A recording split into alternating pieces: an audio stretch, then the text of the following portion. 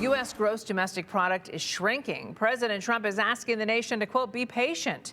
And he's blaming President Biden for the current economy, 100 days into his term with a lot of changes. Democrats, meanwhile, are seizing on that news, saying the president has failed to make everything more affordable. NBC's Alice Barr has the latest from Washington, D.C. It's going to be about 40%. Under pressure from some troubling economic news, a Commerce Department report showing the U.S. economy shrank slightly during the first 3 months of the year. President Trump shifting blame. That's Biden. That's not Trump, because we came in on January. This is quarterly numbers. It was a quarter during which President Trump was in office for all but 20 days, and when economists say businesses rushed to buy imports before tariffs kicked in, dragging down U.S. production. Surveys also showing consumer confidence down. Taking a hit in what Americans expect in the next 6 months. We're talking business conditions, employment prospects, and future income as well.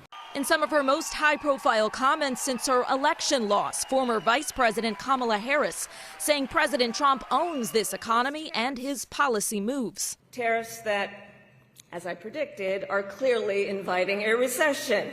The president acknowledging his triple-digit tariffs on China could cause shortages of some goods and higher prices. Maybe the children will have $2 instead of $30, you know?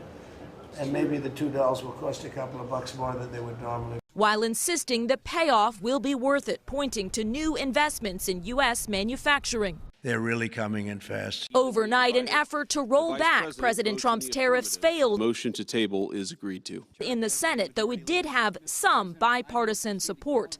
The president urging increasingly anxious Americans to be patient as he works to reshape global trade. In Washington, Alice Barr, NBC News. And President Trump also spoke overnight about his administration finally signing a long-anticipated deal to gain access to some of Ukraine's critical minerals and natural resources. He says the U.S. presence in Ukraine could curb Russian President Vladimir Putin while also repaying the U.S. for military aid.